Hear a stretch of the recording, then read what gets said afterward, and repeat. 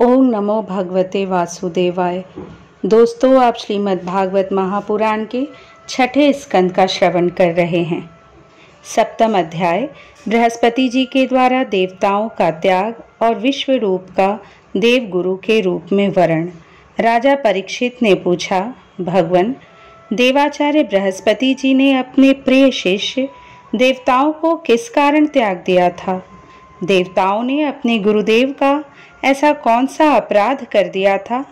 आप कृपा करके मुझे बतलाइए। श्री सुखदेव जी ने कहा, राजन, इंद्र को त्रिलोकी का ऐश्वर्य पाकर घमंड हो गया था। इस घमंड के कारण वे धर्म मर्यादा का, सदाचार का उल्लंघन करने लगे थे। एक दिन की बात है, वे भरी सभा में अपनी पत्नी शची के साथ ऊंचे सिंहासन पर बैठे हुए थे। 49 मरुदगण, 8 वसु, 11 रुद्र, आदित्य, ऋभुगण, विश्वदेव, साध्यगण और दोनों अश्विनी कुमार उनकी सेवा में उपस्थित थे। सिद्ध, चारण, गंधर्व, ब्रह्मवादी मुनिगण, विद्याधर, अप्सराएं, किन्नर, पक्षी और नाग उनकी सेवा और स्तुति कर रहे थे। सब ओर ललित स्वर से देवराज इंद्र की कीर्ति का गान हो रहा था। ऊपर की ओर चंद्रमंडल के समान सुंदर श्वेत छत्र शोभायमान थे। चंवर, पंखे आदि महाराजोचित सामग्रियां यथास्थान सुसज्जित थी। इस दिव्य समाज में देवराज बड़े ही सुशोभित हो रहे थे। इसी समय देवराज इंद्र और समस्त देवताओं के परम आचार्य बृहस्पति जी वहां आए। उन्हें सुर असुर सभी नमस्कार करते हैं। इंद्र ने देख लिया कि वे सभा में आए हैं, परंतु वे ना तो खड़े हुए और न आसन आदि देकर गुरु का सत्कार ही किया। यहाँ तक कि वे अपने आसन से हिले डुले तक नहीं। त्रिकालदर्शी समर्थ बृहस्पति जी ने देखा कि वह ऐश्वर्य मद का दोष है। बस वे झटपट वहाँ से निकलकर चुपचाप अपने घर चले आए। परीक्षित, उसी समय देवराज इंद्र को चेत हुआ। वे समझ गए कि मैंने अपने गुरुदेव की अवहेलना की है। वे भरी सभा में स्वयं ही अपनी निंदा करने लगे। हाय हाय, बड़े खेद की बात है कि भरी सभा में मूर्खतावश मैंने ऐश्वर्य के नशे में चूर होकर अपने गुरुदेव का तिरस्कार कर दिया। सचमुच मेरा यह कर्म अत्यंत निंदनीय है। भला कौन विवेकी पुरुष इस स्वर्ग की राजलक्ष्मी को पाने की इच्छा करेगा? देखो तो सही, आज इसी ने मुझ देवराज को भी असुरों के से रजोगुणी भाव से भर दिया। जो लोग यह कहते हैं कि सार्वभौम राज सिंहासन पर बैठा हुआ सम्राट किसी के आने पर राज सिंहासन से ना उठे, वे धर्म का वास्तविक स्वरूप नहीं जानते। ऐसा उपदेश करने वाले कुमार्ग की ओर ले जाने वाले हैं। वे स्वयं घोर नरक में गिरते हैं। उनकी बात पर जो लोग विश्वास करते हैं वे पत्थर की नाव की तरह डूब जाते हैं। मेरे गुरुदेव बृहस्पति जी ज्ञान के अथाह समुद्र हैं। मैंने बड़ी शठता की। अब मैं उनके चरणों में अपना माथा टेककर उन्हें मनाऊंगा। परीक्षित, देवराज इंद्र इस प्रकार सोच ही रहे थे कि भगवान बृहस्पति जी अपने घर से निकलकर योग बल से अंतर्धान हो गए। देवराज इंद्र ने अपने गुरुदेव को बहुत ढूंढवाया, परंतु उनका कहीं पता न चला। तब वे गुरु के बिना अपने को सुरक्षित न समझकर देवताओं के साथ अपनी बुद्धि के अनुसार स्वर्ग की रक्षा का उपाय सोचने लगे, परंतु वे कुछ भी सोच न सके। उनका चित्त अशांत ही बना रहा। परीक्षित, दैत्यों को भी देवगुरु बृहस्पति और देवराज इंद्र की अनबन का पता लग गया। तब उन मदोन्मत्त और आतताई असुरों ने अपने गुरु शुक्राचार्य के आदेश के अनुसार देवताओं पर विजय पाने के लिए धावा बोल दिया। उन्होंने देवताओं पर इतने तीखे तीखे बाणों की वर्षा की कि उनके मस्तक, जंघा, बाहु आदि अंग कट कट कर गिरने लगे। तब इंद्र के साथ सभी देवता सिर झुकाकर ब्रह्मा जी की शरण में गए। स्वयंभू एवं समर्थ ब्रह्मा जी ने देखा कि देवताओं की तो सचमुच बड़ी दुर्दशा हो रही है, अतः उनका हृदय अत्यंत करुणा से भर गया। वे देवताओं को धीरज बंधाते हुए कहने लगे। ब्रह्मा जी ने कहा, देवताओं, यह बड़े खेद की बात है। सचमुच तुम लोगों ने बहुत बुरा काम किया। हरे हरे, तुम लोगों ने ऐश्वर्य के मत से अंधे होकर ब्रह्म ज्ञानी वेदज्ञ एवं संयमी ब्राह्मण का सत्कार नहीं किया। देवताओं, तुम्हारी उसी अनीति का यह फल है कि आज समृद्धिशाली होने पर भी तुम्हें अपने निर्बल शत्रुओं के सामने नीचा देखना पड़ा। देवराज, देखो, तुम्हारे शत्रु भी पहले अपने गुरुदेव शुक्राचार्य का तिरस्कार करने के कारण अत्यंत निर्बल हो गए थे, परंतु अब भक्ति भाव से उनकी आराधना करके वे फिर धन जन से संपन्न हो गए हैं। देवताओं, मुझे तो ऐसा मालूम पड़ रहा है कि शुक्राचार्य को अपना आराध्य देव मानने वाले ये दैत्य लोग कुछ दिनों में मेरा ब्रह्मलोक भी छीन लेंगे। भृगुवंशियों ने इन्हें अर्थशास्त्र की पूरी शिक्षा दे रखी है।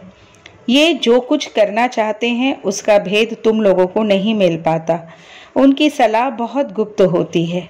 ऐसी स्थिति में वे स्वर्ग को तो समझते ही क्या हैं, वे चाहे जिस लोक को जीत सकते हैं।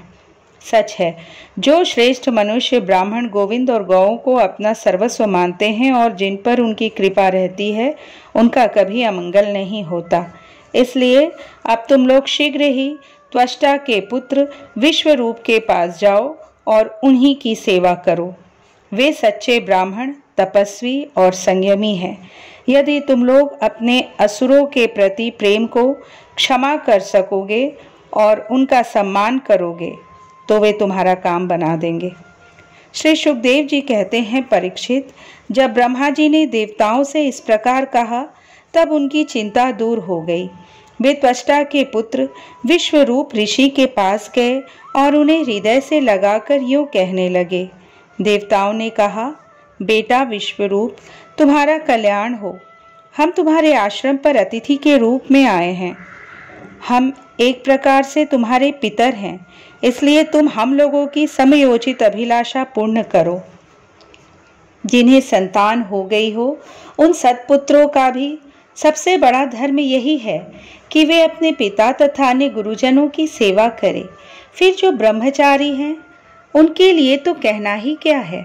वत्स, आचार्य वेद की, पिता ब्रह्मा जी की, भाई इंद्र की और माता साक्षात पृथ्वी की मूर्ति होती है। इसी प्रकार बहन दया की, अतिथि धर्म की, अभ्यागत अग्नि की और जगत के सभी प्राणी अपने आत्मा की ही मूर्ति आत्मस्वरूप होते हैं। पुत्र, हम तुम्हारे पितर हैं। इस समय शत्रुओं ने हमें जीत लिया है। हम बड़े दुखी हो रहे हैं। तुम अपने तपोबल से हमारा यह दुख, दारिद्र्य, पराजय टाल दो। पुत्र, तुम्हें हम लोगों की आज्ञा का पालन करना चाहिए।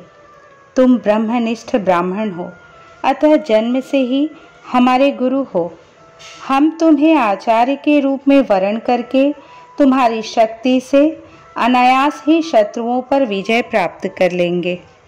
पुत्र, आवश्यकता पड़ने पर अपने से छोटों का पैर छूना भी निंदनीय नहीं है। वेद ज्ञान को छोड़कर केवल अवस्था बड़प्पन का कारण भी नहीं है। श्री सुखदेव जी कहते हैं, परीक्षित, जब देवताओं ने इस प्रकार विश्वरूप से पुरोहिती करने की प्रार्थना की तब परम तपस्वी विश्वरूप ने प्रसन्न होकर उनसे अत्यंत प्रिय और मधुर शब्दों में कहा। विश्वरूप ने कहा, पुरोहिती का काम ब्रह्म तेज को क्षीण करने वाला है, इसलिए धर्मशील महात्माओं ने उसकी निंदा की है। किंतु आप मेरे स्वामी हैं और लोकेश्वर होकर भी मुझसे उसके लिए प्रार्थना कर रहे हैं। ऐसी स्थिति में मेरे जैसा व्यक्ति भला आप लोगों को कोरा जवाब कैसे दे सकता है। मैं तो आप लोगों का सेवक हूँ। आपकी आज्ञाओं का पालन करना ही मेरा स्वार्थ है। देवगण, हम अकिंचन हैं। खेती कट जाने पर अथवा अनाज की हाट उठ जाने पर उसमें से गिरे हुए कुछ दाने चुन लाते हैं और उसी से अपने देव कार्य तथा पितृ कार्य संपन्न कर लेते हैं। लोकपालो, इस प्रकार जब मेरी जीविका चल ही रही है तब मैं पुरोहिती की निंदनीय वृत्ति क्यों करूं? उसे तो केवल वे ही लोग प्रसन्न होते हैं जिनकी बुद्धि बिगड़ गई है। जो काम आप लोग मुझसे कराना चाहते हैं वह निंदनीय है। फिर भी मैं आपके काम से मुंह नहीं मोड़ सकता, क्योंकि आप लोगों की मांग ही इतनी है। इसलिए आप लोगों का मनोरथ मैं तन मन धन से पूरा करूंगा। श्री सुखदेव जी कहते हैं, परीक्षित, विश्वरूप बड़े तपस्वी थे। देवताओं से ऐसी प्रतिज्ञा करके उनके वरण करने पर वे बड़ी लगन के साथ उनकी पुरोहिती करने लगे। यद्यपि शुक्राचार्य ने अपनी नीति बल से असुरों की संपत्ति सुरक्षित कर दी थी, फिर भी समर्थ विश्वरूप ने वैष्णवी विद्या के प्रभाव से उनसे वह संपत्ति छीनकर देवराज इंद्र को दिला दी। राजन, जिस विद्या से सुरक्षित होकर इंद्र ने असुरों की सेना पर विजय प्राप्त की थी, उसका उदार बुद्धि विश्वरूप ने ही उन्हें उपदेश दिया था। इस प्रकार श्रीमद् भागवत महापुराण के 6ठे स्कंद का 7वां अध्याय संपूर्ण हुआ।